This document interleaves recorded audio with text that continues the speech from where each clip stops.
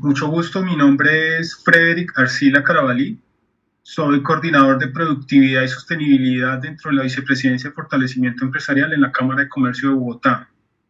El día de hoy tenemos un espacio importante asociado, digamos, al tema de la relación que hay entre la sabana y la Amazonía en materia, digamos, de sostenibilidad y sobre todo, digamos, teniendo en cuenta la coyuntura que todos conocemos en este momento con respecto a la escasez, digamos, de agua, que ha afectado bastante la normalidad, digamos, o nuestro día a día. Quiero comentarles un poquito cómo nosotros desde la Cámara de Comercio de Bogotá hemos trabajado en materia de sostenibilidad y por qué consideramos que este tema es tan relevante. Nosotros desde diferentes frentes hemos venido trabajando en materia de sostenibilidad hace muchos años. Nosotros directamente desde la Vicepresidencia de Fortalecimiento Empresarial, acompañando a las empresas para que éstas, digamos, a través de implementación de prácticas de sostenibilidad, puedan hacer crecer y fortalecer sus empresas. Otro de los frentes es directamente la apuesta de sostenibilidad que tiene la Cámara de Comercio de Bogotá como tal in-house. La otra es la que afecta como tal al entorno, que es la que nosotros trabajamos a través de los diferentes clústeres que tenemos y otros espacios también donde manejamos fuentes de financiación de cooperación internacional para trabajar en materia de sostenibilidad. En este momento como tal o desde esta vicepresidencia, como les decía, estamos trabajando es cómo apoyar, digamos, el tema o cómo impacta de una u otra manera, digamos, a las empresas, los diferentes componentes de sostenibilidad. Nosotros nos hemos soportado bastante en el triple impacto como, digamos, como esa figura o como esa sombrilla sobre la cual nos movemos, que es ese impacto ambiental, el impacto económico y el impacto con la comunidad. Dentro de este impacto ambiental, consideramos, digamos, que IRI, Iniciativa Interreligiosa para los Bosques Tropicales, quien nos acompaña y va a ser nuestro principal aliado en este espacio, trabajando el tema, digamos, de la relación que existe entre la sabana y la Amazonía, puede ser una de las principales o una de las apuestas que tenemos que entrar a trabajar. Muchas veces consideramos o no conocemos que estos dos territorios, lo que es la sabana de Bogotá y la Amazonía, que son tan diferentes y tan lejanos, digamos, que no tienen algún tipo de relación, pero efectivamente sí, y es bastante estrecho. Obviamente, pues la sabana, digamos, desde Bogotá, desde su componente de la densidad de la población y la actividad económica que tiene principalmente en lo que son los sectores de agrícola y agroindustrial, y pues la Amazonía dentro de su ecosistema como tal de bosque tropical húmedo, ¿sí?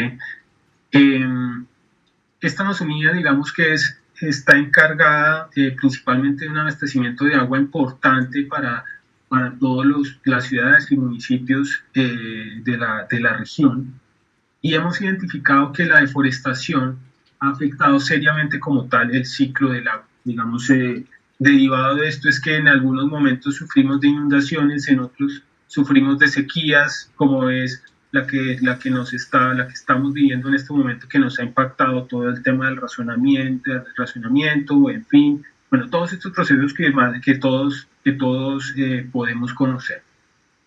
Entonces, lo importante es que abordemos en este espacio el componente de sostenibilidad ambiental que nosotros trabajamos desde la Vicepresidencia de Fortalecimiento Empresarial en la Cámara de Comercio de Bogotá, digamos, buscando sensibilizar sobre esta relación, ¿sí? Y cómo o qué se puede hacer, digamos, desde acá para que, digamos, esa interrelación, digamos, permita desde acá también, digamos, aportar a que podamos disminuir, digamos, esa huella que se va quedando permanentemente. Este proceso, obviamente, los que saben realmente de esto es IRI, como les comentaba, y por eso quiero darle la palabra a Blanca Echeverri, representante de IRI, quien efectivamente nos va a ilustrar un poquito más del tema como experta en la materia. Blanca, buenos días. Buenos días, Frederick. Muchísimas gracias por ese saludo y muchísimas gracias por su intervención y gracias también a todos los que nos están acompañando en este evento. La iniciativa interreligiosa para los bosques tropicales IRI Colombia se complace en darle la bienvenida a este webinar que nos convoca para dos objetivos fundamentales. El primero, analizar el papel fundamental que desempeñan tanto la Amazonia como la sabana en la sostenibilidad ambiental y socioeconómica de la región. Y segundo, para reflexionar sobre la importancia de detener la deforestación de la Amazonia, restaurar la diversidad biológica de este ecosistema tropical húmedo y asegurar la conectividad entre las regiones amazónicas y andinas como condiciones necesarias para asegurar la sostenibilidad de las actividades agropecuarias de la sabana.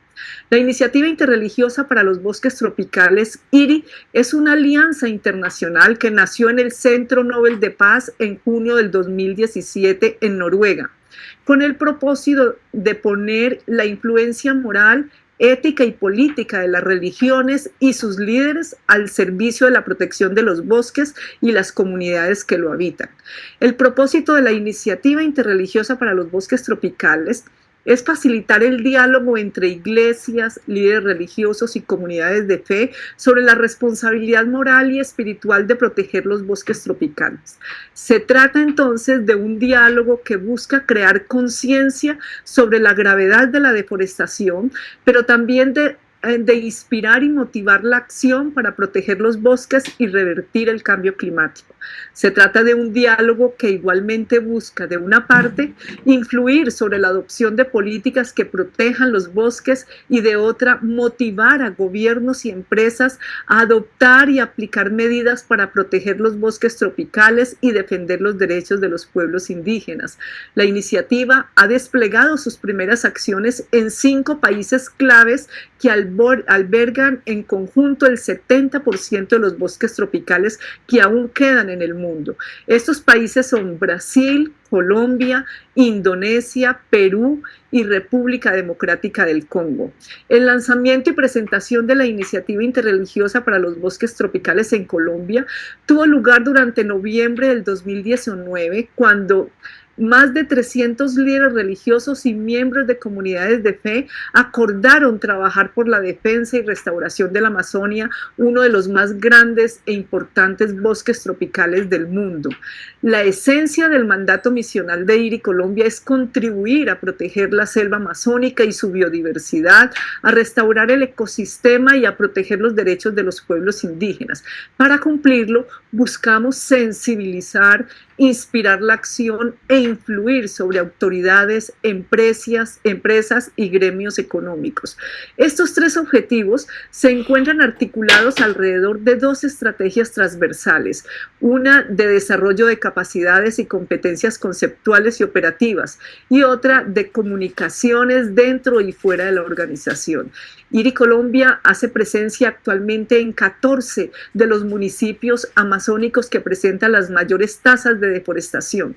Allí busca contribuir a frenar las graves amenazas que representan la pérdida de la Amazonía colombiana para la integridad de los pueblos indígenas y de las comunidades campesinas que la habitan y para la biodiversidad y para la calidad del aire y del agua. IRI Colombia agradece a la Cámara de Comercio de Bogotá la oportunidad que nos ofrece de encontrarnos hoy para crear sinergias entre la política de sostenibilidad y valor compartido de la Cámara y los objetivos misionales de IRI Colombia, que encuentran relación en los siguientes puntos. Primero, respeto por los derechos humanos. Segundo, acción climática. Y tercero, objetivos de desarrollo sostenible. Los 3 reconocidos académicos y científicos que nos ayudarán hoy las profundas relaciones ecosistemas entre la sabana de Bogotá y la Amazonía son la doctora María Daniela Pulido Osorio y los doctores Liben Fernando Martínez y Santiago Roberto Duque. A ellos también nuestro más sincero bienvenida y desde luego nuestro agradecimiento. Antes de ceder el sonido y cámara a nuestros expertos, dejemos que un breve video nos prepare el camino que estamos por iniciar.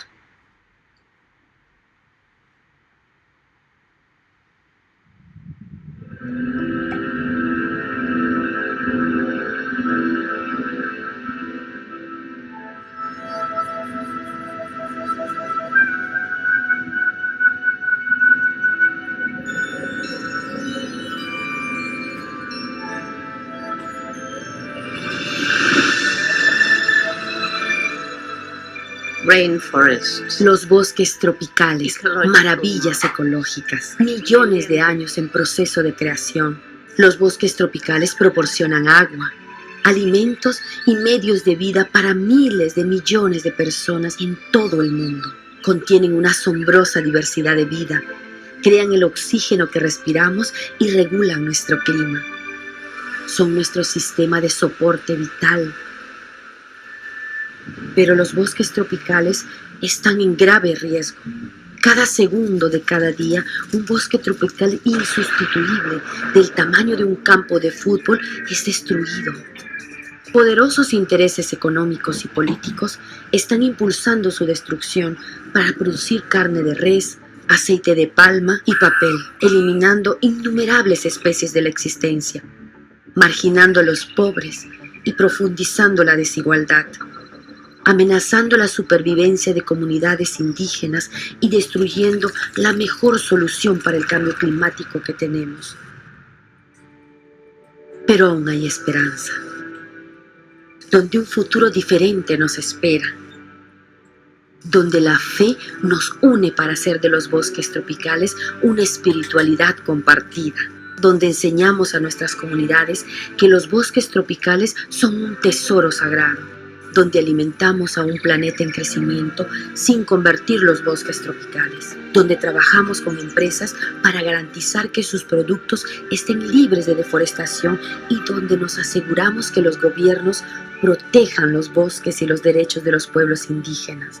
Este es el futuro en el que hacemos lo correcto, pero necesitamos unirnos, afirmar que la protección de los bosques tropicales es una responsabilidad moral para todas las personas de fe, movilizar un movimiento basado en los valores que compartimos en nuestras religiones y tradiciones espirituales, mayordomía de la tierra y cuidado de la creación, un respeto a los derechos humanos y la dignidad humana, justicia social y económica.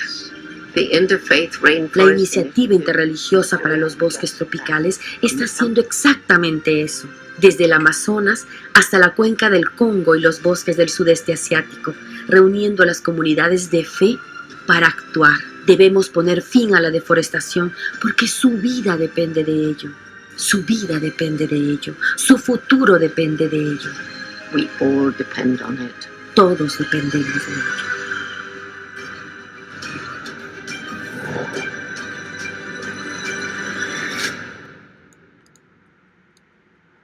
El primer tema que abordaremos es la naturaleza y estructura de algo que llamamos de forma genérica la Amazonia y que en realidad es un complejo sistema de biomas fundamental para que el abastecimiento de agua a las ciudades y municipios de la zona andina. La doctora María Daniela Pulido nos explicará justamente qué es la Amazonia. La doctora Pulido es profesional en ingeniería ambiental con estudios de maestría en ingeniería y gestión ambiental de la Universidad Surcolombiana. Es docente universitaria en las asignaturas de sistemas de información geográfica, modelación de sistemas ambientales, educación ambiental, manejo de la biodiversidad, medio ambiente, monitoreo de calidad del aire y monitoreo de la calidad del suelo.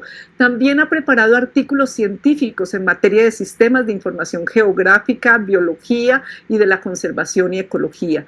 La doctora Pulido ha desempeñado un trabajo que muy seguramente nos encantaría realizar a muchos de nosotros, ser guía especializada en avifauna, mastofauna e interpretación ambiental con turismo internacional. Doctora Pulido, ¿qué es la Amazonia? Y bienvenido a este evento. Hola, hola, muy buenos días para todos. Muchas gracias, doctora Blanca, por la bienvenida. Agradezco el espacio a todos los asistentes y a quienes hoy venimos a hablar un poco sobre lo que es nuestra Amazonia. Voy a compartir pantalla de una vez. Lejos de mi computadora. Venga para acá. No, en el computador. Ok, perfecto. Ya visualizamos perfectamente. Sí, señora. Listo, muchas gracias. Bueno, partamos de que Colombia está posicionado estratégicamente entre dos mares y océanos como lo son el Caribe y el Pacífico. Adicionalmente, Colombia, gracias a sus geoformas, posee diferentes ecosistemas que nos permiten a nosotros poseer la gran diversidad biológica que hoy en día nos categoriza como el segundo país más biodiverso a nivel mundial. Nuestro ecosistema o nuestro bioma amazónico, que es la Amazonía, que constituye 9 países de Sudamérica, hoy en día está compuesto por diferentes sistemas ecológicos que representan y generan un ciclo de vida en cada uno de los ecosistemas que lo conforman. Partamos inicialmente de cómo se conforma este ecosistema, cómo lo tenemos nosotros en Sudamérica y por qué tiene dicha particularidad. Entonces hagamos un recuento histórico desde la génesis de la Amazonía, partiendo de que gracias a las diferentes formaciones geológicas y los diferentes movimientos de lo que fue la corteza terrestre desde el inicio de la Pangea, donde solamente éramos un continente, tenemos diferentes movimientos, como por ejemplo lo podemos observar a este lado, donde tenemos por ejemplo, voy a poner aquí mi láser, donde podemos observar un poco la dinámica. Creo que no lo puedo poner. Bueno, sin embargo, tenemos el inicio, lo que fue la Pangea, que éramos un solo continente. Luego pasamos a una fase donde éramos varios diversidades o diversidad de masas terrestres con la Eurasia y Gondwana. Y al final, pues logramos obtener lo que fue el hoy, que son los continentes que tenemos hoy en día. Partiendo de esta particularidad y de esta pues, dinámica geológica, se generaron en diferentes periodos la formación de la Amazonía a partir del crecimiento y la generación de los Andes o de la cordillera de los Andes que atraviesa Sudamérica de sur a norte. Entonces, en esta imagen podemos ver representada la imagen final de lo que se formó a partir de el estrechamiento de las placas tectónicas, generando una llanura oriental de lo que hoy conocemos nosotros como la Amazonia, y un piedemonte específico y un piedemonte estratégico que nos conserva una transición de biodiversidad entre lo que tenemos de la cordillera andina a los llanos de nuestra Amazonia. Entonces aquí tenemos las formaciones volcánicas y los valles interandinos que se conformaron en su momento gracias a las estructuras geológicas. Luego de nosotros tener esa formación geológica que nos genera este espacio tan biodiverso, pues empezaron a generarse dinámicas hídricas.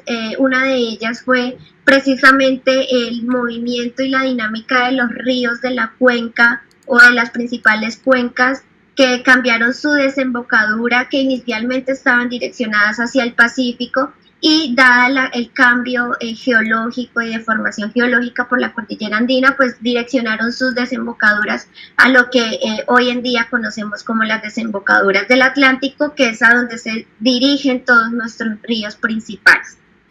Entonces, básicamente, esta fue la dinámica que tuvo en su momento la Amazonia. Aquí tenemos una imagen que nos explica otro suceso importante que sucedió, que fue precisamente la inundación de la Amazonia en su momento, en el periodo, en la época del Mioceno, hace 15.000 millones de años, donde aproximadamente tuvo 2 inundaciones. Aquí vemos una inicial en la segunda caricatura, en la tercera fila, en la tercera columna tenemos nuestra segunda inundación, el cual generó distintas modificaciones y dinámicas en el suelo, convirtiendo algunos lodos en lo que hoy conocemos como la Amazonia. Entonces, estas diferentes dinámicas se dieron y se dan a partir también de diferentes condiciones biogeoclimáticas, en el cual hoy la Amazonia pues tiene un ciclo muy interesante. Nosotros tenemos algo que se denomina un vapor de agua entrante desde el océano Atlántico. Este vapor de agua, lo que conocemos nosotros como las diferentes nubes y precipitaciones que se generan, tienen una dinámica interesante porque actúan con una barrera muy interesante que es la formación de la cordillera andina. Entonces, en la formación de la cordillera andina al occidente del continente, pues estos vapores de agua golpean contra esas formaciones montañosas y generan que el viento pase por encima de la cordillera, pero la precipitación quede en lo que es la llanura o lo que se conformó como la llanura del Amazonas. Entonces, gracias a esta dinámica entre los vientos de los océanos y la precipitación a corto, mediano y largo plazo del recurso hídrico, pues se da esta condición climática de lo que conocemos como lo que es un bosque húmedo tropical.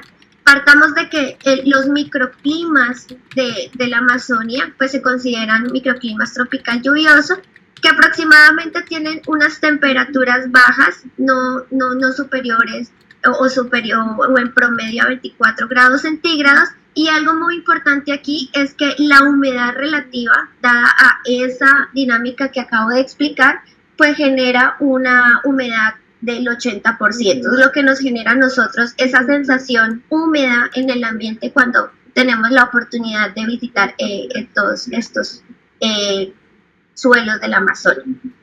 Las diferentes temperaturas, como vemos aquí, pues tienen algunas dinámicas que se dan gracias a la posición geográfica. Entonces, cuando nosotros nos acercamos a la que es la parte andina, es decir, el corredor trasandino amazónico, pues tenemos una variación de temperatura en lo que concierne una disminución de esta entre 10 grados centígrados, y tenemos un aumento de la temperatura en lo que conocemos nosotros con el límite que se genera en la llanura amazónica al suroriente de esta misma. De igual manera, pues las precipitaciones, como los bosques húmedos tropicales, pues poseen aproximadamente entre 3.000 milímetros de precipitación anual y generando una alza aproximadamente de 5.500 milímetros al año. Estas cifras son elevadas y características de lo que nosotros conocemos como los ecosistemas tropicales lluviosos.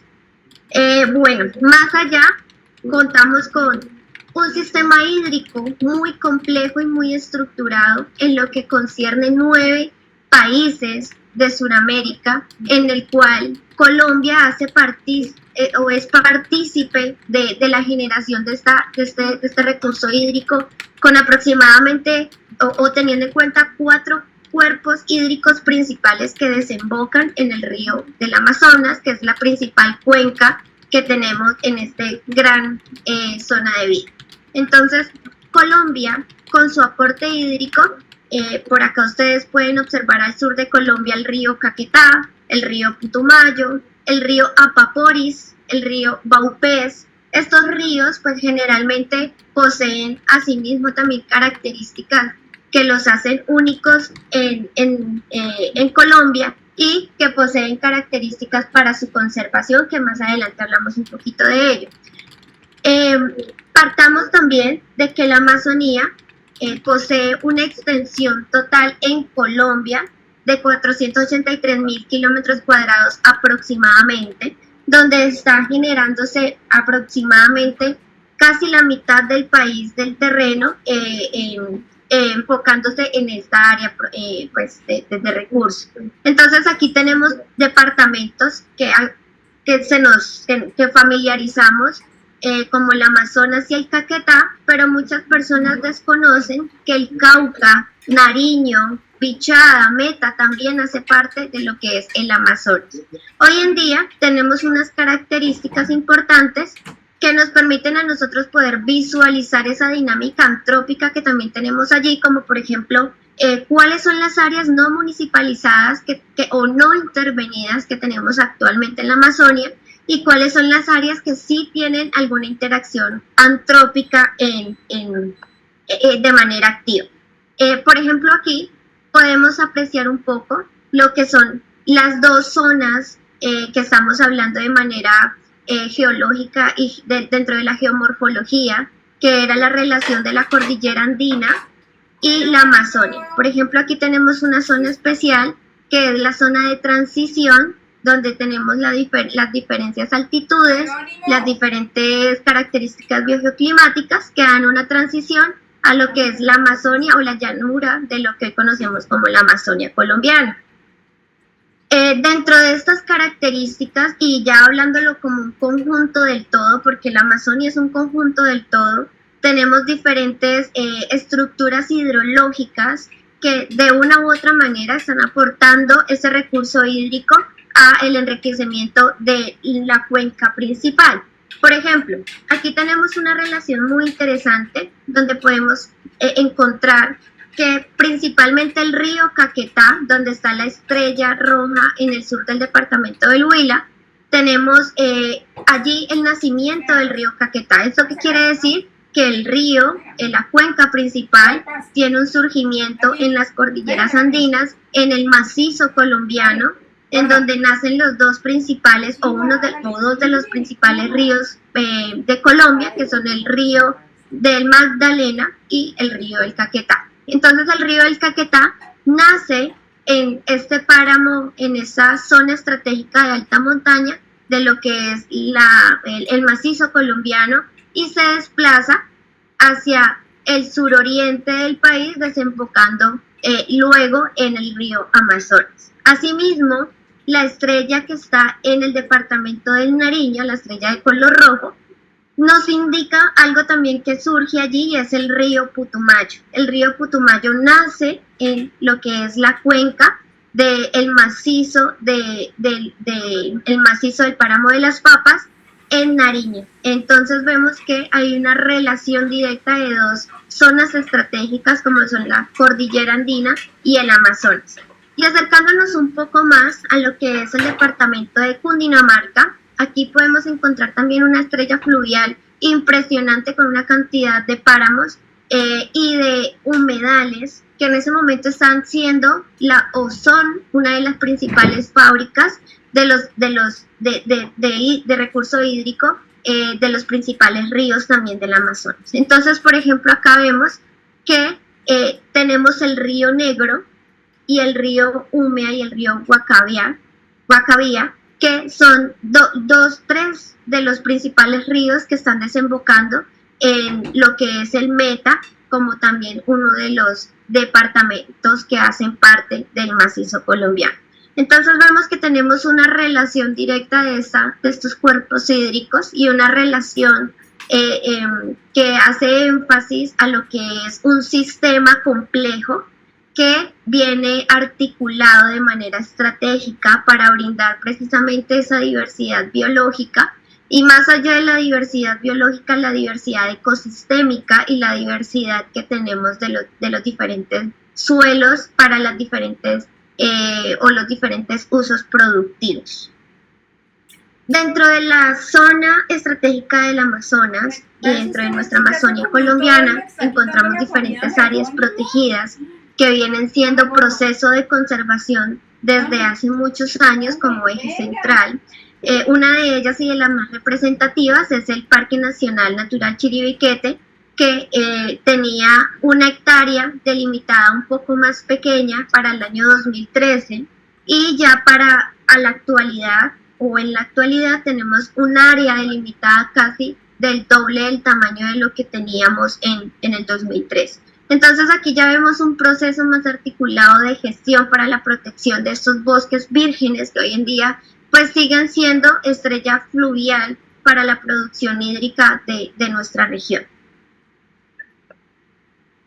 Más allá de toda esta estructura hídrica y de todos esos componentes geológicos que hoy en día nos dan la estructura de lo que es la Amazonia a nivel de Sudamérica, pues tenemos todas estas especies que hacen que la dinámica sea ecológicamente equilibrada para poder que exista una regulación entre los diferentes bosques, los diferentes ecosistemas, el sistema hídrico, y mucha de esta biodiversidad pues hace énfasis en lo que hoy conocemos como la fauna y la flora, donde tenemos aproximadamente, y aquí hablando en cifras generales, tenemos un registro para la Amazonia actual de 988 especies de aves. Para Colombia existe una representación de 1.500 especies de aves a nivel nacional. Es decir, que nosotros estamos hablando casi de esas 1.500, 1.000 especies que se pueden encontrar casi 1.000 especies que se pueden encontrar en el Amazonas. Partiendo también de la flora, pues podemos encontrar unos registros muy interesantes que se basan precisamente en esos endemismos, es decir, esas especies que solamente habitan en un lugar determinado sobre el planeta Tierra, y son esas especies de interés común que tenemos precisamente que hacen énfasis a la existencia de esos ecosistemas conservados y estratégicos, como por ejemplo tenemos una muy buena representación de familias o de flora endémica como son las orquídeas. Las orquídeas en la Amazonia posee un total de 35 familias y el cual cada una de esas familias pues está representada de diferentes especies, siendo así alrededor de 280 especies de plantas endémicas que podemos encontrar en la Amazonia.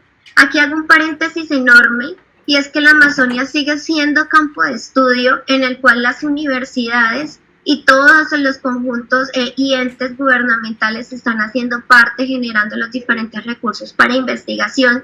Sin embargo, la cantidad de estudios que se tienen en las diferentes áreas de la Amazonia aún son muy pequeñas y aún se necesita mucho por explorar. Sin embargo, estas cifras representativas ya nos marcan precisamente una importancia de diversidad a nivel de Colombia y a nivel mundial. Aparte de eso, pues tenemos diferentes especies que se encuentran en estados de amenaza debido a las diferentes problemáticas que tenemos, como en este caso la Amazonia posee una problemática pues sobresaliente que es la deforestación para generar espacios antrópicos, ya sea de cultivos o de extracción de petróleo. Pero entonces esta deforestación nos está generando una pérdida de diversidad biológica de una manera exagerada. Por ejemplo, hablando únicamente de nuestra flora, podemos hablar de que aproximadamente existen 106 especies con algún grado de amenaza. Especies que se encuentran en este momento en estado crítico o en peligro crítico, ya para al borde de la extinción, tenemos 6 especies, donde la mayoría de ellas están hablando entre lo que son las orquídeas y las bromelias. Adicionalmente, tenemos que dentro de lo que son los procesos ecológicos, se tienen diferentes tipos de vegetación en el cual podemos encontrar en su mayor porcentaje del territorio una concentración de vegetación boscosa mayor pues a lo que son las vegetaciones no boscosas que corresponden a los pastizales, a las vegetaciones arbustivas y los agroecosistemas también representados allí en la última barra, donde posee aproximadamente un 15% del territorio. Entonces vemos que efectivamente nuestros bosques son representativos dentro de términos porcentuales y que si evaluamos la gráfica que tenemos a la derecha según el Instituto de Investigación SINCHI, pues tenemos que para el 2017 existió un promedio de deforestación o una tasa media anual de pérdida de bosque, donde en el 2014 al 2016 se tuvieron 892 kilómetros cuadrados de pérdida de bosque. Si nosotros hacemos la sumatoria desde el 2002 hasta el 2016, podemos encontrar que tenemos desde 1.500, 2.500, 3.000, aproximadamente 4.500 hectáreas, kilómetros cuadrados de pérdida de bosque. Estas son cifras bastante desalentadoras porque recordemos que con la pérdida de estos bosques pues se pierden las dinámicas ecológicas que brindan precisamente esa dinámica natural con las diferentes especies dentro de los diferentes ecosistemas. Dentro de los diferentes estudios que se han logrado adelantar, Morales Martínez, quien es uno de los curadores y una de las personas que hace investigación desde el Instituto de Investigación SINCHI, publicó precisamente un consolidado para el año 2021, es uno de los consolidados más recientes, donde se tienen aproximaciones del número de especies por cada uno de los departamentos. Entonces es enriquecedor saber que para la Amazonia pues tenemos dichos datos en cuestión de mamíferos, sabiendo que para Colombia tenemos un registro total de aproximadamente 520 mamíferos registrados y lo que actualmente se ha logrado estudiar. Entonces encontramos que precisamente uno de los departamentos más ricos en mamíferos es el departamento del Caquetá, con 157 especies registradas, entre lo que son los felinos, entre lo que son también los mamíferos pues, de gran tamaño. Tenemos también mamíferos allí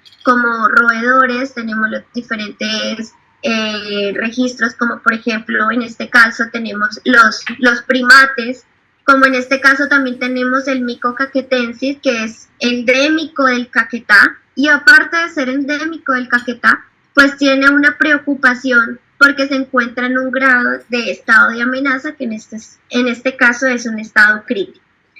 Entonces, para este caso, pues tenemos especies como también el Tapirus terrestris, que es una especie que se encuentra en estado de vulnerabilidad y que también es una especie endémica de nuestra Amazonia. Entonces, así como tenemos el Tapirus pinchaque, que está en la zona andina de nuestros páramos, en nuestras sabanas, en la sabana de Bogotá, en los páramos de Chingaza, de todos estos parques, pues también tenemos un Tapirus amazónico, que en este caso es el Tapirus terrestris, y que está enfrentando una problemática de pérdida de población. Anexando también está el mico volador, que también es un mico con un primate con un estado de amenaza, que en este caso es el estado vulnerable, y el delfín rosado, que desafortunadamente enfrenta cifras de cacería muy extremas que lo están llevando también a la extinción. Entonces, la pérdida de todos estos bosques también generan una pérdida de diversidad de aves, pero en este caso tenemos algo representativo, y es que también tenemos un total de aves de 988 especies registradas, pero tenemos algunas especies también en estado crítico, y algunas de ellas representan también un grado de endemismo. Por ejemplo, el águila arpía, que ha sido en ese momento una especie bandera para los procesos de conservación, pues se encuentran en estado vulnerable. Recordemos que estas especies solamente habitan en bosques totalmente conservados y con un bajo o un 0 grado de intervención antrópica.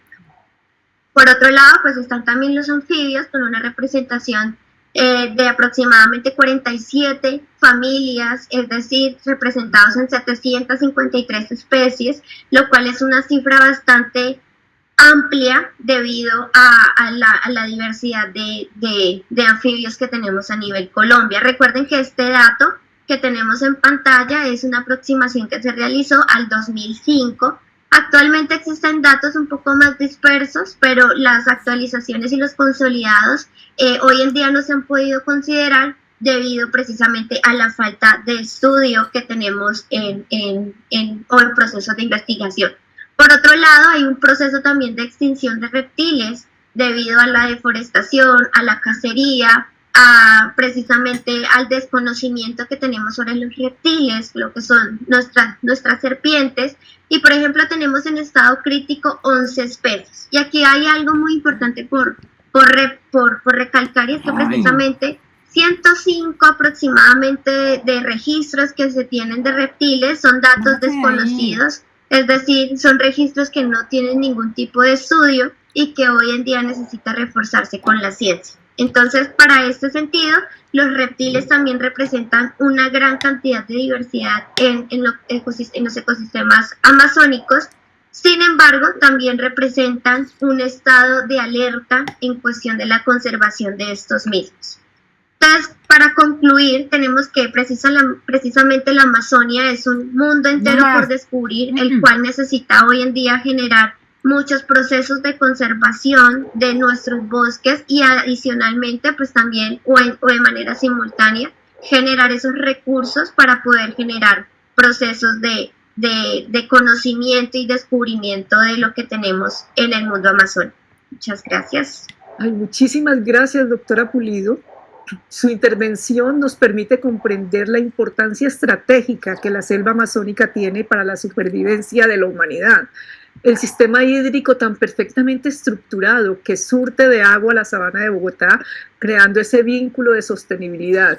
Y por señalar en una forma muy clara la pérdida, la biodiversidad amenazada en nuestro país. Muchísimas gracias por su intervención. En efecto, este ecosistema resulta clave para detener el cambio climático porque se estima que absorbe un promedio anual de 115 millones de toneladas de CO2. Por ello, la pérdida de la selva amazónica es una tragedia para la humanidad. Según el Fondo Mundial para la Naturaleza, el 20% de la selva amazónica ha desaparecido en el último medio siglo. El doctor Liben Fernando Martínez nos ayudará a entender la relación que existe entre la deforestación y el cambio climático. El doctor Martínez es doctor en turismo, economía y gestión, magíster en medio ambiente y desarrollo, ingeniero agrónomo y tecnólogo en saneamiento ambiental. Es miembro del grupo de investigación en evaluación de impacto ambiental del Instituto de Estudios Ambientales IDEA de la Universidad Nacional de Colombia.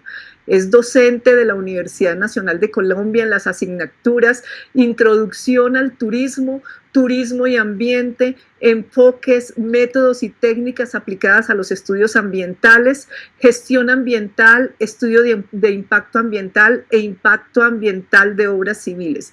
Se desempeña como coordinador y docente del Diplomado de Evaluación de Impacto Ambiental y del Diplomado de Valoración Económica Ambiental que imparte el Instituto IDEA de la Universidad Nacional de Colombia. Doctor Martínez, bienvenido. ¿Y cuál es la relación entre la deforestación y el cambio climático? Bueno, buenos días a todos. No sé si me escuchan bien. ¿Me pueden confirmar, por favor? Le escuchamos perfectamente. Qué bueno, muchas gracias. Bueno, gracias por la invitación. Un saludo para todos los asistentes. Vamos a hablar un poquito acerca de ese rol que tiene la Amazonía y la principal amenaza de este ecosistema, que es la deforestación y el cambio climático. Entonces, me permiten un segundito mientras presento mi pantalla. ¿Ya se está bien? Sí, ya estamos viendo la pantalla. Perfecto. Listo. Entonces vamos a abordar unos puntos, digamos, como muy concretos respecto a la Amazonía. Disculpen un segundito aquí porque me equivoqué de pantalla. Bueno, entonces, ¿qué tendríamos que decir? Cuando nosotros hablamos de cambio climático, esto es un fenómeno que nos preocupa desde hace bastante tiempo, pero que ha ido cambiando de nombre, ¿no? Hacia los 90, finales de los 90, principio del 2000, hablábamos del efecto invernadero, ¿sí? Y también nos preocupaba el hueco en la capa de ozono. En esa época hablábamos de eso, ¿no? Y eran como las grandes preocupaciones a nivel climático y a nivel ambiental. Pero esa preocupación, digamos que surgía mucho antes, en la década de los 60, fue cuando se empezó a hablar de esa relación entre la sociedad, ¿sí? Los humanos y sus actividades y esas alteraciones a nivel de la biosfera, ¿cierto? De todo el planeta, entendiéndolo como un único sistema, porque seguramente antes también habían preocupaciones ambientales, pero eran más en un contexto local. Entonces, cuando nos empieza a generar esa preocupación ya de manera globalizada, pues tiene mucho que ver con las consecuencias de lo que fue la industrialización, inicios del siglo XIX, principalmente en el norte de Europa y posteriormente en Estados Unidos, ¿no? Entonces vamos a ver que todo eso pues se conecta con este tema de la deforestación y esta amenaza a la que nos enfrentamos hoy en día, ¿no? Ya algunos datos se mencionaban en el inicio cuando se hizo como la apertura del evento, y también pues la panelista anterior nos hablaba de que la Amazonía pues es un ecosistema que cubre una gran parte del país, es uno de los bosques húmedos tropicales pues más grandes del planeta, ¿cierto? Aproximadamente cubre el 40% de nuestra superficie. Esa superficie pues ha ido siendo transformada, ¿sí?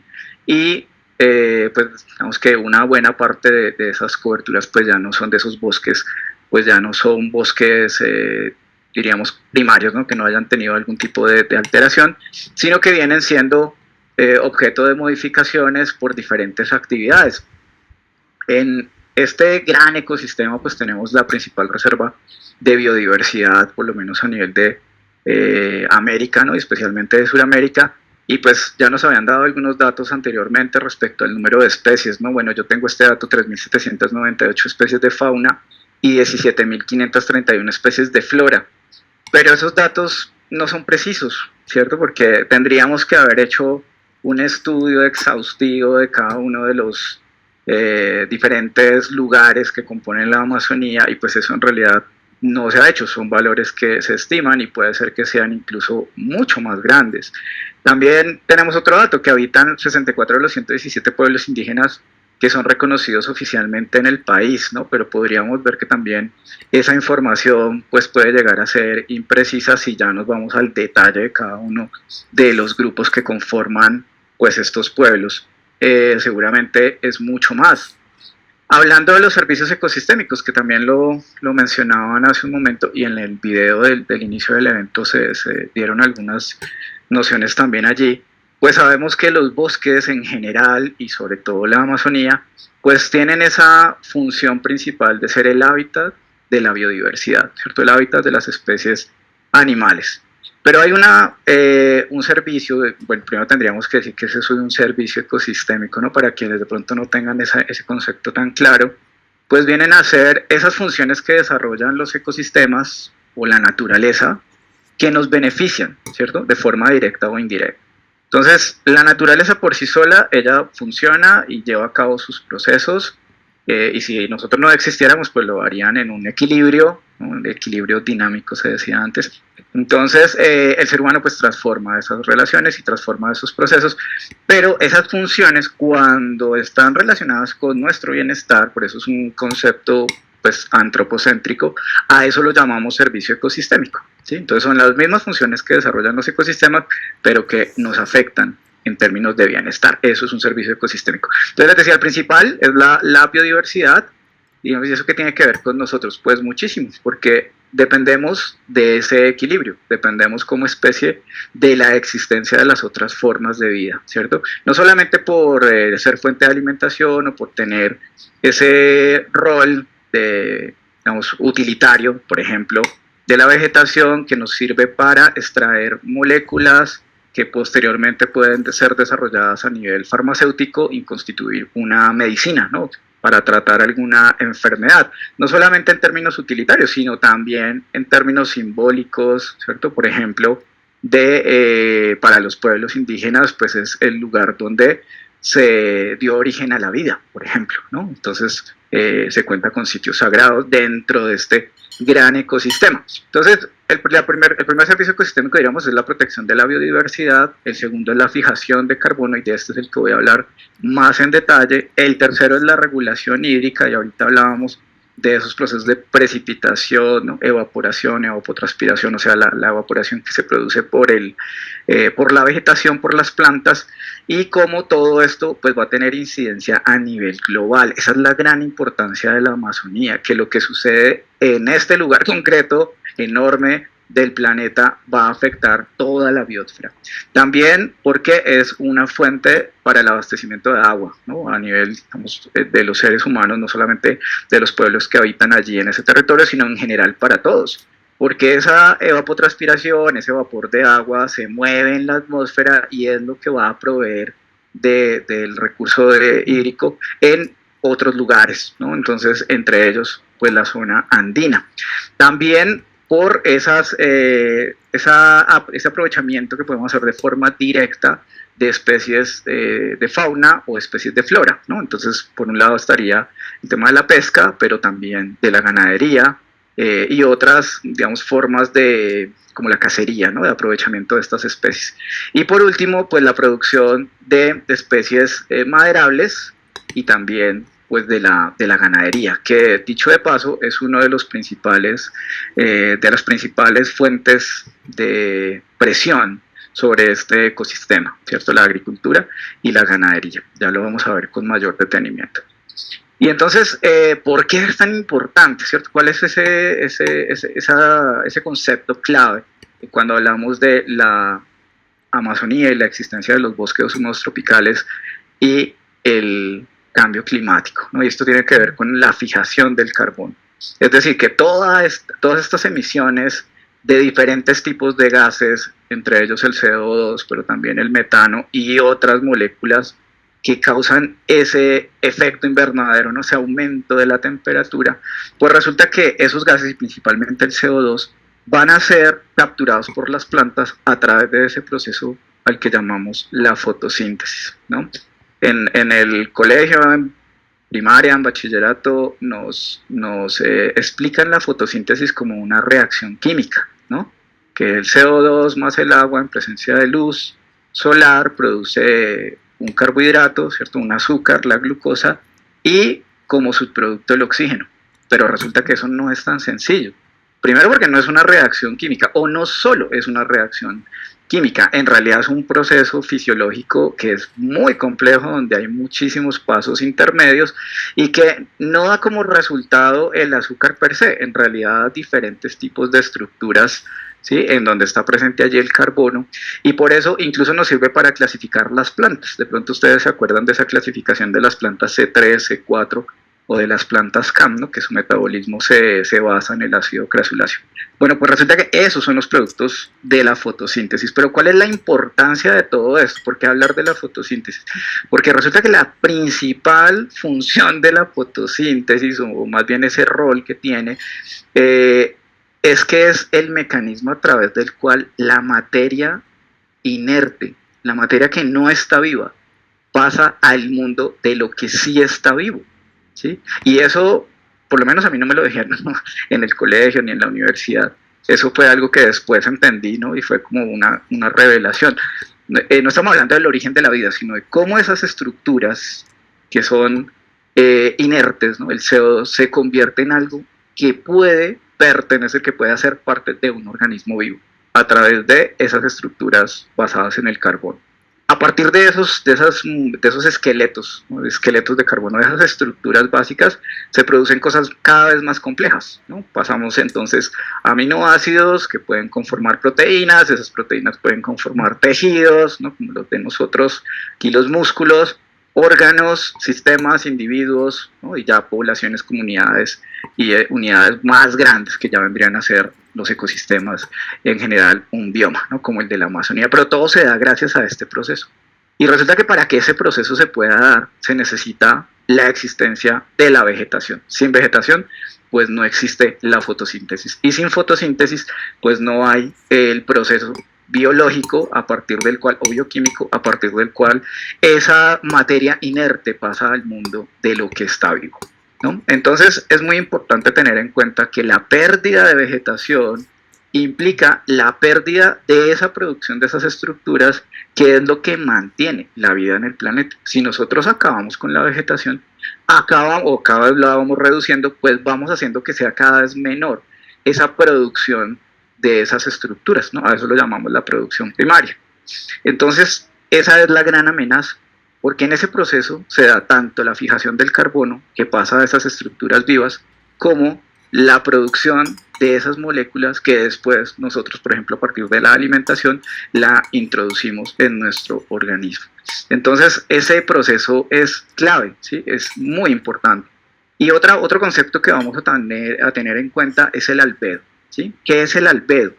El albedo es la capacidad que tiene una superficie o un material de reflejar o absorber la luz, ¿sí? Entonces, ¿qué pasa? La vegetación tiene una capacidad de absorción de la luz alta, ¿sí?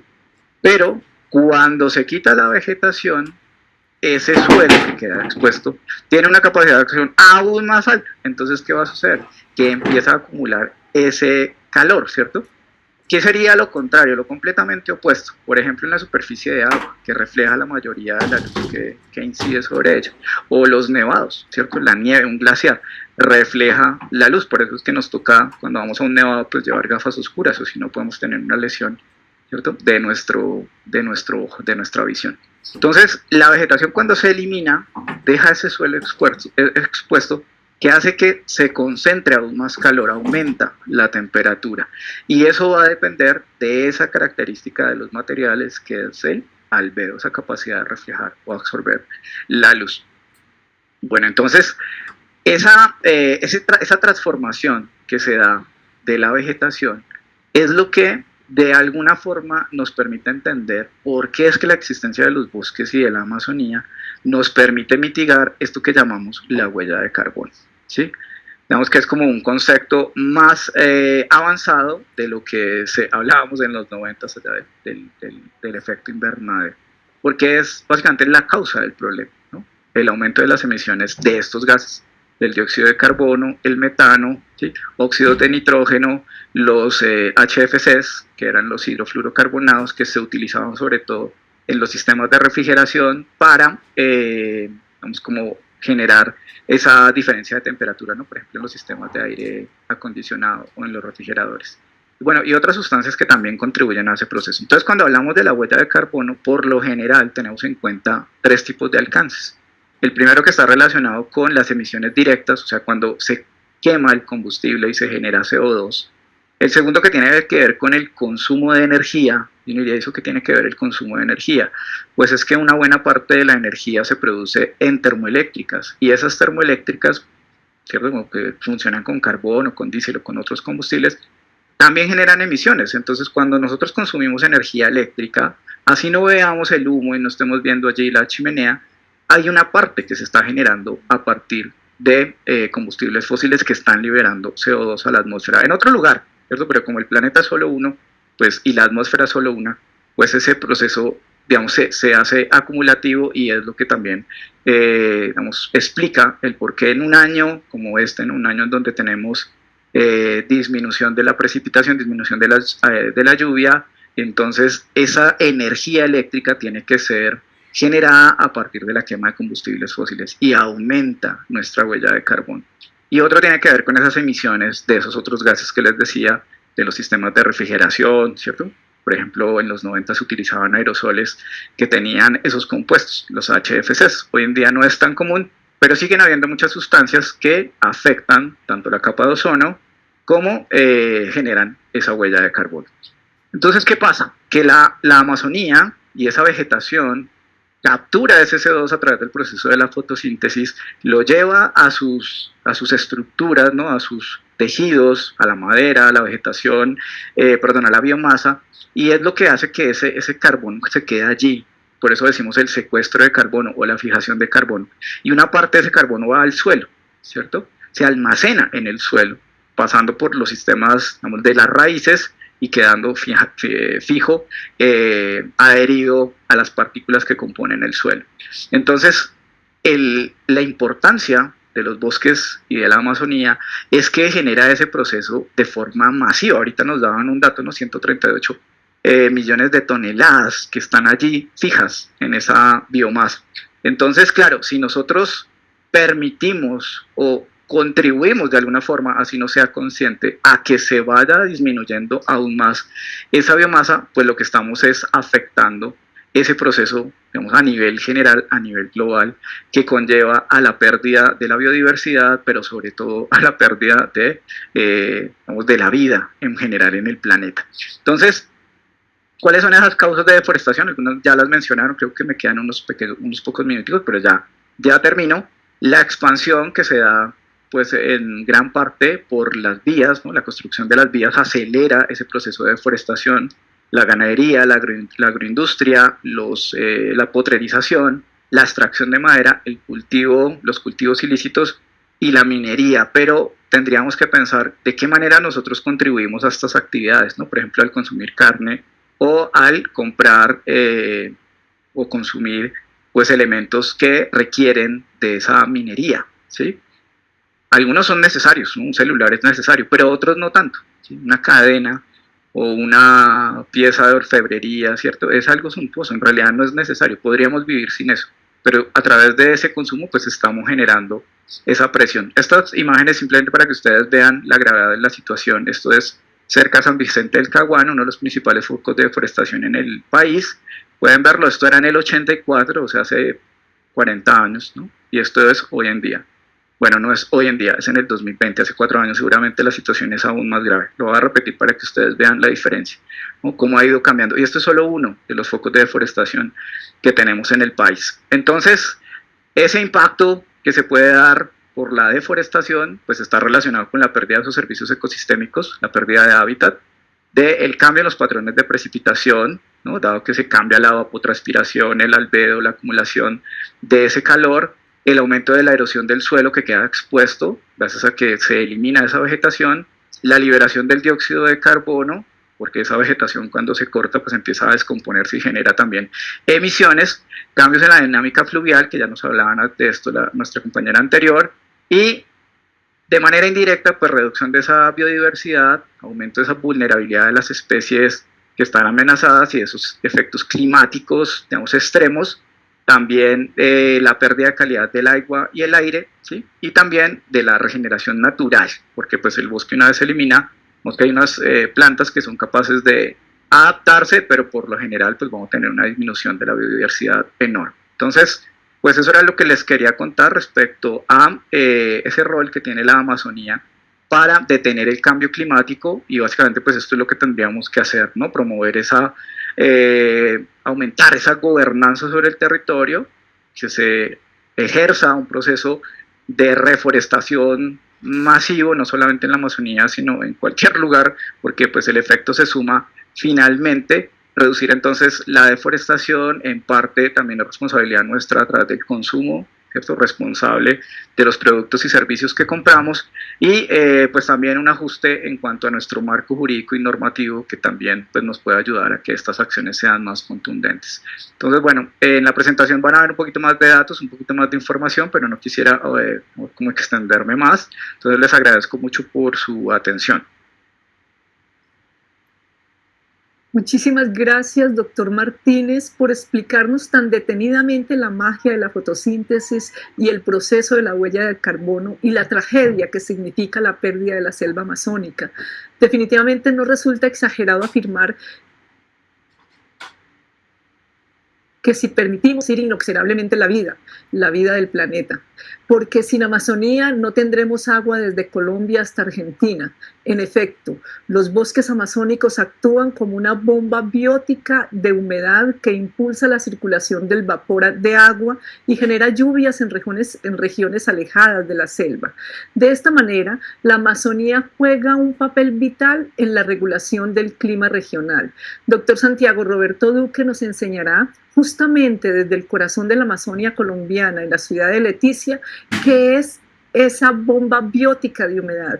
El doctor Duque es biólogo y magíster en biología de la Universidad Nacional de Colombia, ha sido director del grupo de investigación de limnología amazónica y del semillero de investigación sobre manejo pesquero y gobernanza ambiental en ríos y humedales amazónicos, ha sido investigador senior del Ministerio de Ciencia, Tecnología e Innovación de Colombia, ha recibido 10 distinciones académicas por sus trabajos de investigación, es miembro del Consejo Científico Asesor del Instituto Humboldt Colombia. A lo largo de su vida profesional ha publicado más de 160 artículos científicos en diversas revistas universitarias y especializadas. Doctor Duque, ¿a qué nos referimos cuando hablamos de los ríos voladores? Pero antes de ceder la palabra al doctor Duque, invitamos a los participantes a formular algunas preguntas a través del chat. Adelante, doctor Duque, y muchas gracias por estar con nosotros. Muy buenos días para todos, muchísimas gracias, me confirman si me están escuchando bien. Sí, doctor, lo estamos escuchando muy bien. Bien, bueno, muchas gracias por la invitación. Para responder a la pregunta, quiero entrar en un contexto general, si me pueden ir corriendo la presentación. Me encuentro en Leticia, Amazonas, y muchas veces el internet puede molestar un poco. Quite. No, a ver, lejos de mi computador. Lo importante para conocer, y que los dos panelistas anteriores también ya lo comentaron, tiene que ver con nuestra posición geográfica. Siguiente diapositiva, por favor. Vamos a abordar 5 temas básicos. Vamos a ir como de lo general a lo particular para llegar ya, digamos, a la temática central a la cual me han invitado muy cordialmente, que es el tema de ríos aéreos o voladores. Entonces vamos a hablar un poco lo del recurso agua, un recurso maravilloso, fundamental para las sociedades actuales y futuras de nuestro planeta, cómo está distribuido, cómo es Colombia en su posición ecuatorial, que lo Ya. hace muy favorable a ser uno de los países más favorecidos en presencia de recurso hídrico en sus superficies. Las condiciones Hombre. físicas que se requieren para que las masas de aire lleven, contengan y transporten humedad para generar los ciclos del agua, los ciclos de la lluvia y sus efectos favorecedores sobre los bosques ecuatoriales y bosques húmedos tropicales, como comentaron nuestros panelistas, para entrar al tema de ríos voladores. Siguiente diapositiva. Entonces vamos a ver el primer punto. Siguiente diapositiva, por favor. Este es un relato que todo el mundo conoce, pero que yo creo que es bueno siempre recordar, es que el agua es finita, no es infinita como lo hemos visto. Aunque tenemos un planeta azul, un planeta de agua, solo un 1% o menos del 1% de la masa líquida que hay en el planeta, o sólida, en el caso de los casquetes glaciares y polares y todo eso, es agua que tiene una disponibilidad directa o de alguna manera a las sociedades humanas. Es decir, que realmente no es un recurso ilimitado, como siempre lo hemos visto, y particularmente en Colombia. Siguiente. Esta es la realidad del continente. El continente sudamericano es el continente de ríos y es el continente de humedales. Aquí simplemente este mapa nos recrea la realidad de lo que es la naturaleza hídrica, es decir, que agua hay en todos los lugares, pero esa agua está circunscrita a un patrón regular de ciclo que tenemos que estudiar y evaluar si no ha sido transformado o modificado. Siguiente. ¿Cómo son los patrones de lluvia en Colombia? Entonces, siguiente diapositiva, como les mencionaba, quiero recalcar que nosotros somos ecuatoriales. Muchas veces se comenta que Colombia es tropical, pero geográficamente no lo es. Estamos relacionados con la línea del Ecuador. Una buena parte del territorio continental de Colombia está en el hemisferio norte y otra parte menor, como por ejemplo donde yo me encuentro, en el punto más meridional de Colombia, Leticia, en el hemisferio sur. Tenemos un movimiento o un cambio de posición de una franja de nubes que se mueven al vaivén de los vientos alisios, el alisio del norte, que es más fuerte a final y comienzo del año, y el alisio del sur, que es más fuerte a mitad del año. Entonces esa masa de nubes que se llama la zona de convergencia intertropical cambia de posición y genera los patrones de lluvia y condiciones climáticas de todo el territorio colombiano. Este sería el primer tipo de lluvias que ocurre en Colombia, que es estacional. Siguiente diapositiva nos va a recrear cómo ocurren estos patrones de lluvia. Esta diapositiva móvil nos menciona que hay territorios como los sectores andinos e interandinos, de los valles interandinos, que son bimodales, es decir, que la zona de convergencia intertropical pasa 2 veces en el año, mientras que sectores del Caribe y particularmente la llanura oriental colombiana, Orinoco y Amazonia, son monomodales. Esto es muy importante porque Colombia sufre procesos de inundación natural. Los excesos de agua ocurren cuando hay aumentos en las precipitaciones en las cuencas y los ríos tienen que desbordarse porque no pueden cargar o transportar la cantidad de agua que ha caído en su cuenca. Entonces la inundación es un proceso natural. Colombia es un país anfibio, como lo dijo Úrsula Jaramillo y colaboradores en el 2015 en el bello libro de Colombia Anfibio. Siguiente.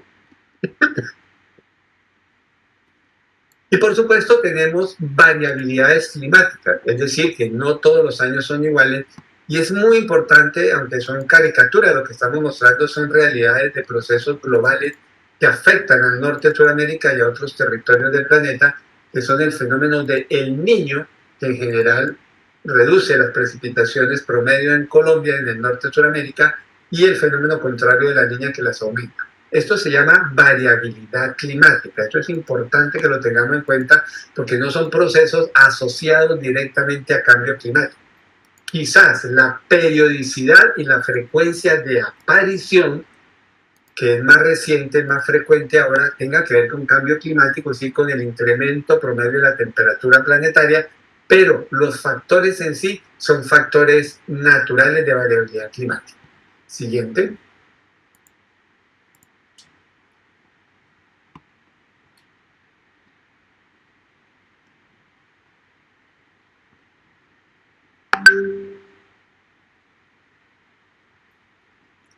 cuenta cuando en el Caribe colombiano llueve más, en la parte sur de Colombia, en el otro hemisferio llueve menos. Entonces, ahí nos están denotando de que cada territorio de Colombia tiene un patrón de lluvia diferente.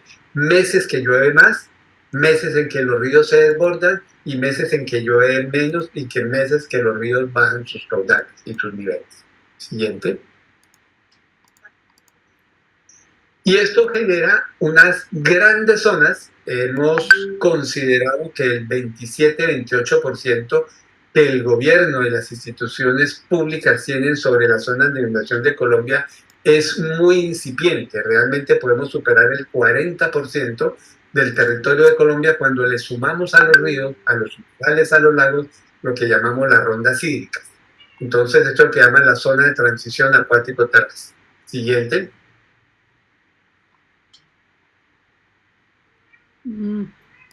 ¿Y dónde podemos visualizar en gran medida y en gran magnitud este cambio en la dinámica? La naturaleza anfibia de Colombia cambia en el año, se contrae en unas épocas del año, como ven en la fotografía de la derecha junto al río Amazonas, donde el río Amazonas en el segundo semestre del año tiene 1 metro de ancho, mientras que en el primer semestre del año en el mismo lugar, acá no hay cambio espacio. de tonalidad de la fotografía aérea, es un gris claro, quiere decir que hay agua debajo del bosque amazónico, mediría 25 kilómetros. Si nos vamos a la depresión Momposina, en la región norte de Colombia, sería el área de humedal o anfibia más grande del país. Siguiente. Tenemos un segundo tipo de lluvias gracias a la presencia de la orografía, de la complejidad de la cordillera de los Andes.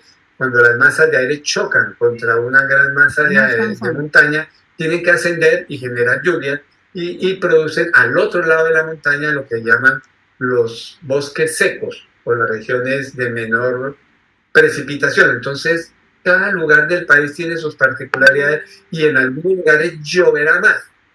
Pasa la franja de nubes, pero si hay montaña, llueve más que en donde no hay montaña.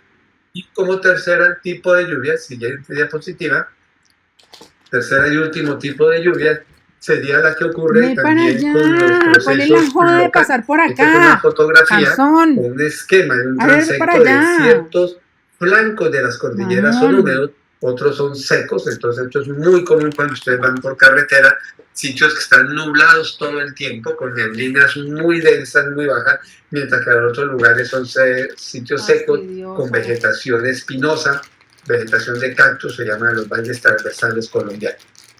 Siguiente. Y el tercer tipo de lluvias se llaman las lluvias convectivas, que ocurren solo en las zonas bajas de alta humedad, como ocurre en el Pacífico colombiano, en la región del Pacífico, de Quibdó, de Lloró, del Bajo Calima, llueve todos los días del año casi, y hay unas lluvias muy intensas después de las 12 del día, esto se llaman las lluvias locales convectivas. Entonces, ¿cuáles son los sitios de máxima lluvia en Colombia? ¿Dónde ocurran los 3 tipos de lluvia? Entonces, eso es muy importante para lo que vamos a comentar ahora. Siguiente. Bueno, para que llueva debe haber humedad y la cantidad de vapor de agua, en la siguiente diapositiva por favor, la cantidad de vapor de agua que se requiere o que puede contener una masa de aire depende de ciertos factores físicos. ¿De dónde va la humedad? La humedad va directamente de la evaporación de los océanos o de superficies continentales de agua, de algo que se llama la transpiración de las plantas. Nuestro colega anterior estaba hablando de la importancia de la fotosíntesis. Dentro del proceso de fotosíntesis hay una pérdida, una salida de esa humedad, que si la sumamos con el resto del ecosistema se llamaría evapotranspiración. Entonces, un sector con gran densidad boscosa tiene una alta evapotranspiración, es decir, una alta liberación y aporte de humedad a la atmósfera. Si no hay humedad en la atmósfera más otros condicionamientos físicos, pues no llueve. Siguiente. Y esto es un ejemplo muy sencillo para entender eso. Quiere decir que cuando tengo una masa de aire cálido y tengo una buena fuente de vapor de agua, le cabe más cantidad de vapor de agua, que se llama humedad relativa, y por supuesto lloverá más. Entonces los sitios más lluviosos de Colombia no ocurren en las montañas, Los sitios más lluviosos no ocurren en páramo.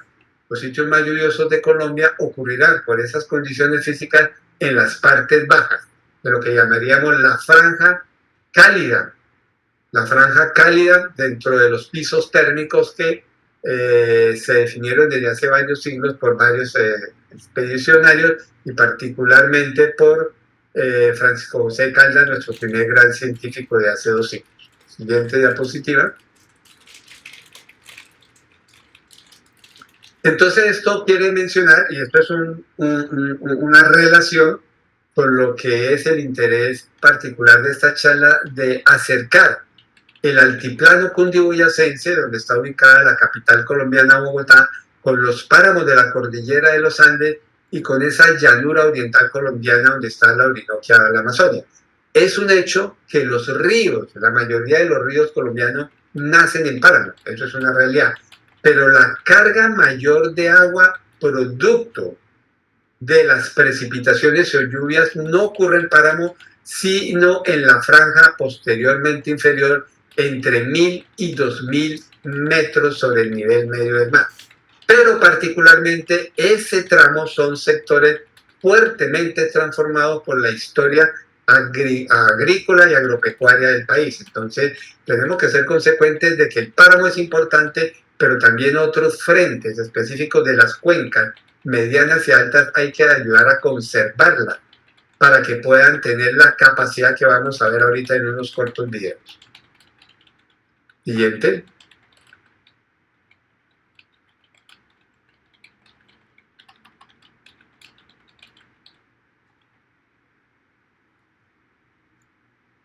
Entonces vamos a ver el bosque, los árboles. ¿Qué importancia tienen que existan o no árboles para que exista humedad en el ambiente?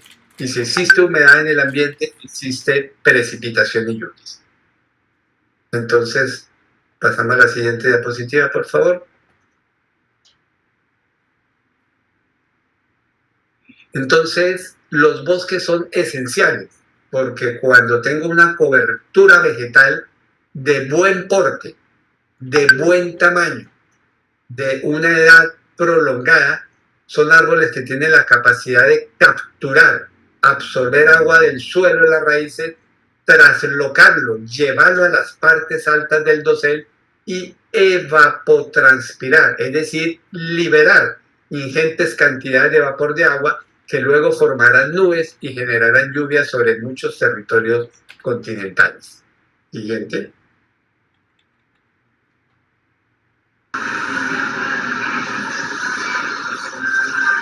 Vamos a ver este video 2 veces, muy corto, quiero que le pongan mucho cuidado.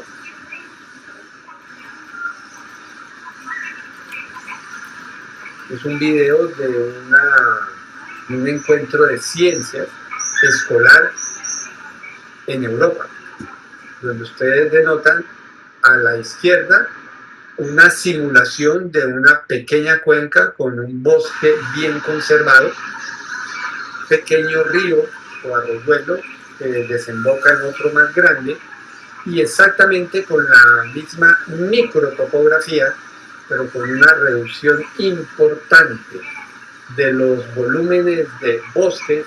Se ve la magnitud de mayor cantidad de agua que cae o sale por el arroyo principal y el tono del color del agua. A la izquierda mantiene un valor transparente, es decir, no adquiere color porque el suelo está cubierto, protegido de la erosión del agua, mientras que al otro lado no. Esta es la realidad de lo que está pasando en Colombia. Cuencas sin vegetación, sin bosques riparios, sin bosques de galería, sin lo que se llama hoy técnicamente la protección de las rondas hídricas, pues son ríos agresivos, son ríos que generan problemas porque no pueden manejar el ciclo del agua. Seguimos con la presentación, por favor.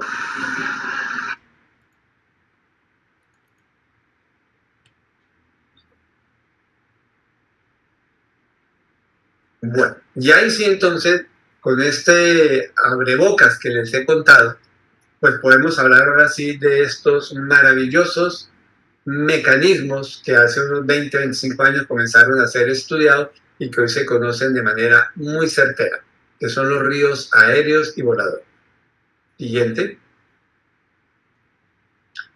Existen grandes formaciones boscosas en el mundo, dos de las que más se han estudiado y de donde nacieron las teorías físicas sobre los ríos aéreos y voladores son el gran bioma amazónico de más de 7 millones de kilómetros cuadrados, siempre verde, quiere decir que todo el año, 365 días del año, genera ingentes cantidades de evapotranspiración de humedad para alimentar estos ríos, y la gran zona de Siberia, al norte de la antigua Unión Soviética, que por supuesto es mucho más grande en extensión, pero más limitado en su funcionalidad, ya que en la temporada de otoño e invierno, porque están en estaciones térmicas, pierde el follaje y no tiene la captación de liberar vapor de agua, pero también son fundamentales e importantes en la dinámica de la atmósfera planetaria y de la humedad planetaria. Siguiente. Y esto es lo que se llaman los ríos aéreos y voladores, que es un sistema que ha generado la Amazonia, que genera humedad, pero también genera unas condiciones de cambios de presión en las altitudes de la atmósfera y se chupa, por decir de alguna manera, la humedad del océano Atlántico, que incorpora, es decir, suma mayor humedad, genera las lluvias propias de la Amazonia. Se ha comprobado que buena parte del ciclo de la lluvia es casi en un 80-90% sobre la misma selva, y es tanta la humedad que transporta que la cede, la dona a otros territorios meridionales como es buena parte de Sudamérica. Y recordemos que estamos muy cerca en la región Orinoquia-Amazonia, la llanura oriental colombiana, cercana a la cordillera de los Andes, particularmente a la cordillera oriental, y si ustedes recuerdan el ciclo de las lluvias relacionadas con la orografía o la topografía, pues implica que el cinturón andino, tanto Orinoquia-Amazonia, son sitios de alta precipitación debido a la lluvia orográfica y alimenta sistemas hídricos muy importantes que normal y naturalmente drenan hacia la Orinoquia o hacia la Amazonia. Siguiente diapositiva. Y esto es lo que se llaman los ríos aéreos o voladores, que se ha comprobado que solo funcionan y seguirán funcionando sí o sí la floresta amazónica está en pie. No la floresta reforestada, sino la floresta prístina, de árboles de gran porte, de gran edad, que tienen esa capacidad de liberar, para que vean el dato, más de 1000 litros al día cada árbol puede liberar de evapotranspiración. Y hablamos de billones y billones de árboles. Quiere decir que los ríos aéreos voladores dependen de una fuente, de una maquinaria específica que son los árboles del bosque amazónico. Siguiente. Y veremos este video, que es una modelación hecha por una colombiana, Francina Domínguez. Del hidroclima amazónico.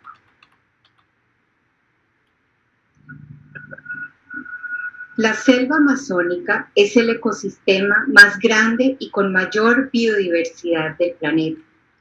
Los vientos del este vienen desde el océano Atlántico, trayendo humedad y lluvia a la selva. La vegetación luego transpira y contribuye a lluvia viento abajo. Usamos el modelo de pronóstico WRF por sus siglas en inglés para trazar el agua de transpiración y evaporación amazónica. Esto nos permitió descubrir el ciclo diurno de humedad atmosférica semejante a un latido sobre la selva.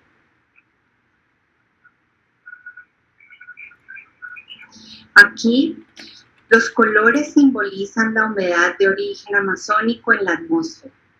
Las líneas blancas son el flujo de humedad total, es decir, la humedad multiplicada por los vientos, mientras que las líneas verdes son el flujo de humedad amazónica.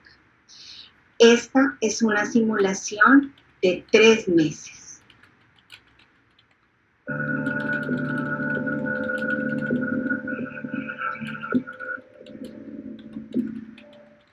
El latido que ven en los colores morado y verde es el ciclo diurno de humedad atmosférica.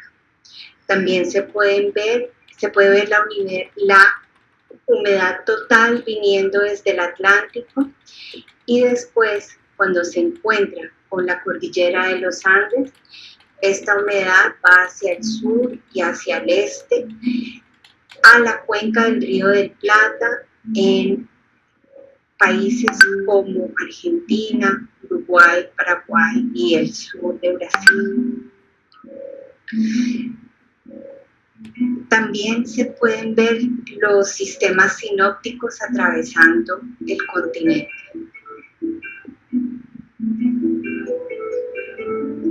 En el norte de la selva se ve muy claramente el ciclo diurno y también en el sur.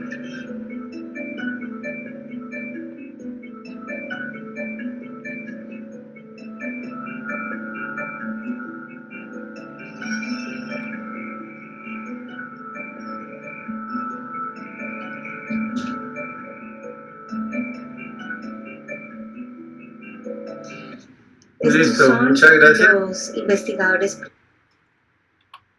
Seguimos con ya para concluir, entonces vamos a dejar, creemos, algunos mensajes importantes al auditorio. El primero, el Amazonas era el río más grande del mundo, más de casi 7.000 kilómetros y más de 209.000 metros cúbicos por segundo. Digo era porque me puse a hacer los cálculos de ese río aéreo suramericano, que sería un poquito más largo, 7.500 kilómetros, que va hasta allá, casi hasta la Patagonia, y más de 231 millones de metros cúbicos. No para vayas que a vean sacar la importancia de lo que es el bosque que hay en la llanura oriental colombiana y de los otros países del bioma amazónico para soportar la humedad de Sudamérica.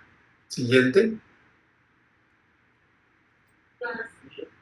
Pero debemos de recordar la historia de las fuentes y el origen del agua que alimenta los acueductos del altiplano cundiboyacense y de Bogotá.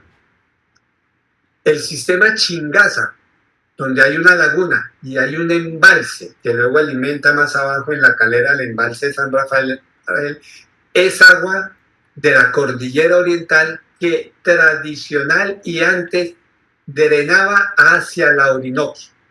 Cuando se construyó Chingaza, se cambió la dirección de los ríos. Quiere decir que la lluvia que cae en los páramos donde nacen los ríos que hoy alimentan el sistema Chingaza, que representa más del 70% de la cantidad de agua que consume en Bogotá diariamente, proviene de los sistemas de la llanura oriental colombiana que generan la humedad, es decir, de los ríos aéreos o voladores. Y recordemos que los ríos funcionan si tienen el mecanismo básico que son los árboles, el dosel, el bosque amazónico. Siguiente. Por eso la política no puede seguir siendo estamos deforestando y estamos reforestando. No. Realmente la pérdida del bosque hoy día es una pérdida inevitable que no vamos a percibir en las siguientes generaciones otra vez. La velocidad de respuesta de la regeneración natural del bosque amazónico dura varios siglos. Quiere decir que lo que estamos haciendo hoy estamos perjudicando a nuestros hijos y a nuestros nietos. Tenemos que llegar a una política de cero deforestación. Siguiente. Porque los bosques son la base esencial de los ecosistemas, de la enorme biodiversidad que una de nuestras conferencistas nos contó antes, y muy especialmente porque lo que estamos haciendo no está bien hecho. Siguiente. Hoy día no estamos reforestando. Reforestar es intentar volver a construir el espacio vital, biogeográfico y de biodiversidad que existía. No. Nosotros utilizamos una limitada cantidad de especies cuando una hectárea de bosque amazónico puede superar las 180 especies de árboles no más de gran porte. Nosotros utilizamos un número limitado de ejemplares de varias especies y no estamos dando la oportunidad para que la fauna acompañante que hace parte del bosque amazónica vuelva a colonizar. Esto es lo que se llama hoy empty forest, bosques vacíos. Entonces, la reforestación que hace el esfuerzo del gobierno nacional anterior y actual no va bien. No nos está logrando recuperar los bosques.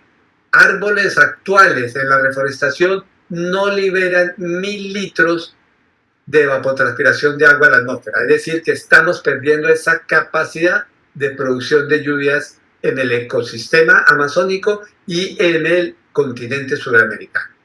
Siguiente diapositiva.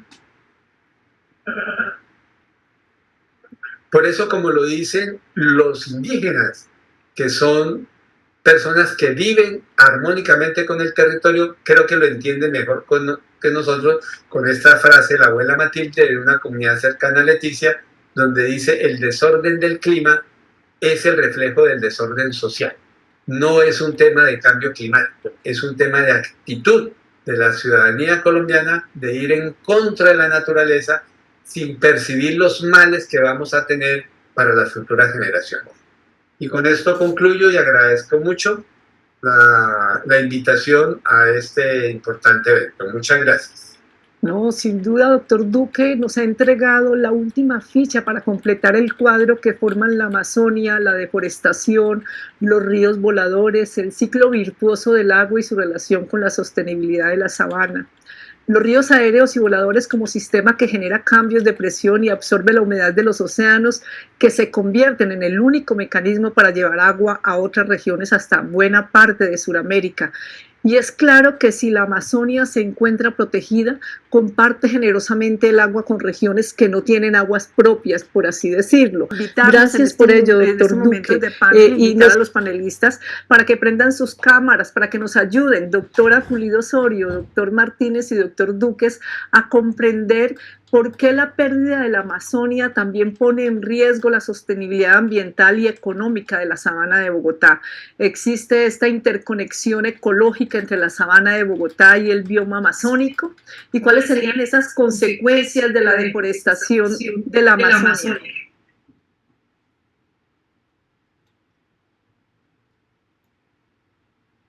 El que quiera puede empezar. Bueno, yo solamente complemento, y seguramente los panelistas que me acompañaron tienen muchos otros elementos, volver a ratificar que, por ejemplo, ya se está hablando de Chingaza 2, un nuevo proyecto para aumentar la capacidad de recolección de agua potencial para ser tratada para consumo humano en el altiplano, particularmente en Bogotá. Eso implica lo mismo, implica buscar fuentes particular y especialmente de la cordillera oriental, que está sincronizada, que está asociada a todos los flujos de humedad. Lo vieron en el video de la doctora Francina Domínguez, que cubre todo. Ya cuando hablamos de Amazonia, no es Amazonia como si, sino es toda la región del norte de Sudamérica la que genera los ríos aéreos y voladores, y donde uno de los elementos esenciales son los árboles. Pero como les comento, los árboles que estamos sembrando hoy día no logran cumplir la misma función ecosistémica de liberar ingentes cantidades de vapor de agua por evapotranspiración para alimentar los bosques, para alimentar la lluvia local y para alimentar los ríos aéreos y voladores. Entonces estamos dependientes totalmente de lo que pase al otro lado de la montaña. Bogotá no mira al otro lado de la montaña. Ya es hora que voltemos la cara y miremos al otro lado de la cordillera, porque lo que está pasando allá, y si no ayudamos a controlarlo, a frenarlo, a restaurarlo, a recuperarlo, nos vamos a quedar sin agua. Gracias, doctor. Doctor Liben Fernando, ¿cuáles son las consecuencias que la deforestación en la Amazonía produce sobre la sabana de Bogotá y cómo la preservación de ambas regiones resulta fundamental para mantener el equilibrio ecológico y la salud del planeta? Y bueno, pues mis compañeros ya han mencionado lo relacionado con el ciclo hidrológico, con movimiento del agua y con la provisión del recurso para la zona andina. Pero yo voy a resaltar un punto que de pronto se pasa de largo, ¿no? Y es el tema de los costos que tenemos que asumir como sociedad para poder reparar esos efectos negativos de la alteración de esos ciclos, ¿no? Entonces, por ejemplo, ¿cuánto gastamos como sociedad en obras para mitigar los deslizamientos, los derrumbes, el mantenimiento de las vías? Todo eso está asociado a esos procesos de efectos climáticos extremos, ¿no? Lluvias extremas o sequías prolongadas. Entonces, como sociedad asumimos unos costos gigantescos, ¿sí? Que podríamos esos mismos recursos redistribuir para intentar mitigar un poco ese deterioro, ese daño que hemos causado a nuestros ecosistemas, a nuestra naturaleza, y poder ser más efectivos, ¿no? Contribuyendo a la solución del problema y no a generar soluciones que casi siempre resultan ser insuficientes, parciales y muy costosas. ¿Cuánto nos cuesta asumir como sociedad el deterioro de la zona andina, que ha perdido una cantidad enorme de sus ecosistemas gracias a los procesos de expansión urbana, ¿no? A la potrerización, a la ganadería, a la transformación de esos bosques en pastizales? Entonces, una conexión muy directa, y hablando en términos, digamos, como de lo que nos preocupa desde el punto de vista económico, es que todos esos costos los asumimos de forma directa o indirecta. O sea, nosotros mismos, cuando tenemos que sufragar los costos de las reparaciones, ¿no? Nuestra propiedad, nuestra vivienda, bueno, de las cosas que son como que dependen de nosotros, pero como sociedad también a través de los impuestos y de otros recursos del Estado. Entonces, si fuéramos un poquito como más previsivos, si tuviéramos una planificación de más largo plazo, sería mucho más efectivo poder enfocarnos a eso que nos mencionaba el profesor Santiago, y es tener unos procesos de restauración más que de revegetalización o de reforestación, para que la naturaleza vuelva lentamente a ese equilibrio en el que nosotros vamos a resultar favorecidos, y no seguir invirtiendo recursos gigantescos en obras que van a ser insuficientes. Ese sería como el punto a resaltar de mi parte. Muchísimas gracias, doctor Liben Fernando. Doctora María Daniela, ¿cómo se puede contribuir desde la Sabana de Bogotá a implementar estrategias de manejo forestal sostenible y protección de la biodiversidad, y también a lograr sostener el tema del agua, el sistema hídrico? Bueno, muchas gracias, doctora Blanca. Retomando un poco lo que decía el doctor Santiago y el doctor Liben, existen términos ecológicos que son la restauración, pero en algunos casos la restauración es imposible, por lo tanto toca hablar de rehabilitación. Entonces, cuando nosotros hablamos de rehabilitación, es lograr recuperar un ecosistema que no se logrará recuperar al 100%, pero se logrará resarcir un poco el daño. Entonces, a tu pregunta, hay una relación directa entre lo que son los llanos, la Amazonia y la parte andina. Digamos que estamos conectados con el corredor trasandino amazónico, y en términos de biodiversidad, cuando nosotros hablamos de este corredor, lo hablamos de manera positiva. Sin embargo, también hay efectos negativos. Por ejemplo, el departamento del Huila, que está en la cordillera oriental, flanco oriental, en ese momento se evidencia un cambio de la biodiversidad presente, dado que han migrado muchas especies amazónicas a los corredores andinos y viceversa. Esto debido tanto al cambio climático y también a la interrupción de estos ecosistemas amazónicos. Pues está claro que la mayor intervención que tenemos actualmente en la Amazonia es precisamente cerca a la cordillera oriental, donde hay más población e intervención antrópica. Entonces las especies nativas o las especies silvestres se ven forzadas a migrar a nuevos ecosistemas. Entonces allí ya hay una interrupción y hay un desequilibrio ecosistémico que trae consigo una pérdida de biodiversidad, porque si relacionamos la ecología trófica nos dice que hay una regulación entre especies, y al generarse una introducción de una nueva especie en una nueva región, pues estamos hablando de esa alteración de ese ciclo natural. En cuestión del comportamiento hidrológico, pues como bien se relacionaba, muchos de los ríos, como bien lo mencionaba el doctor Santiago, pues surgen a partir de estos cuerpos hídricos voladores.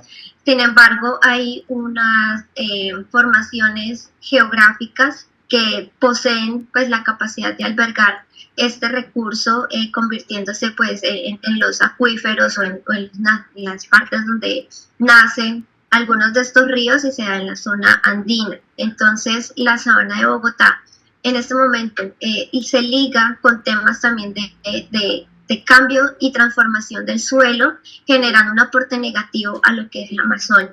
Hay algo más para recalcar, y es que las malas prácticas, digámoslo así, en el uso del suelo brindan no solamente un deterioro hídrico, sino también dentro de las poblaciones. Como bien es cierto, el oso andino actualmente representa un comportamiento negativo frente a la relación oso-hombre, donde pues esta especie está teniendo un cambio en su comportamiento, dado que antes su alimentación se generaba a partir de más del 80% de plantas.